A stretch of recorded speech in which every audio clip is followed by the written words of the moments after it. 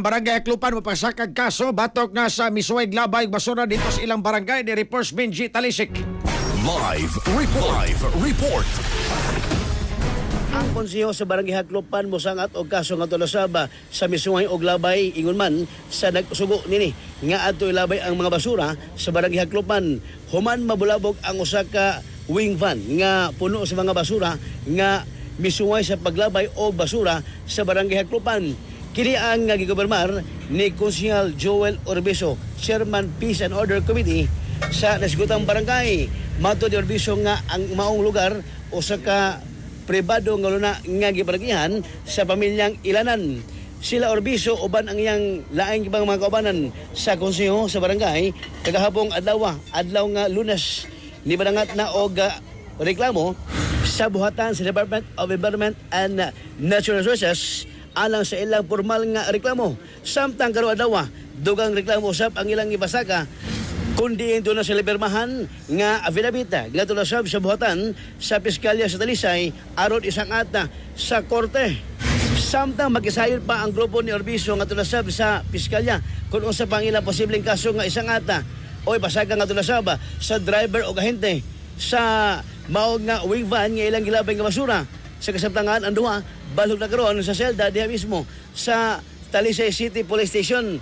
Laki po sab nga basakan og kaso ang kumpanya nga mao'y nagsugo sa duha sa paglabay sa basura nga tulasaba sa Barangay Aklupan.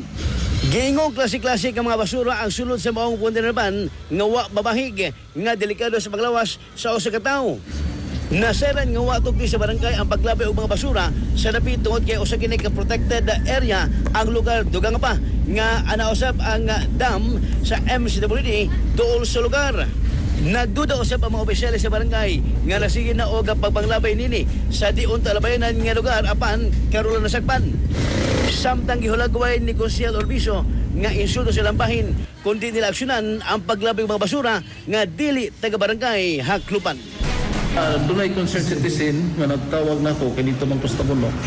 Nagtawag nako nga dunay nagyamog basura nga baho sa binas o mga karne o urban pa nga basura nga nagibutang sa mga dapit. So nang responde mi kauban ako si Konsehal Dudong Apatayo, Rochelle Delmo. So nagabot kami dito na sa Barangay Dumlong. Lagtang. Dito na mo nabagat ang mga truck nga gikargahan sa mga basura. So, ang waste material nga maghatag og kanang delikado sa panglawas sa tao. Correct. So, ang atong area dapat protected area kana ang dam sa MC. So, ikaduwasad ang gilabay nila makadaot gid sa panlawas mo tao kay baho, lawas mo ba. Tigid makahatag gid problema, no?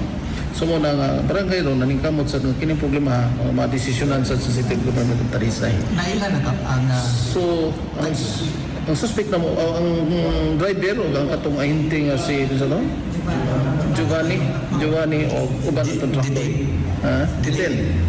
So, naanaron sila ron sa detail na to sa station sa Talisay.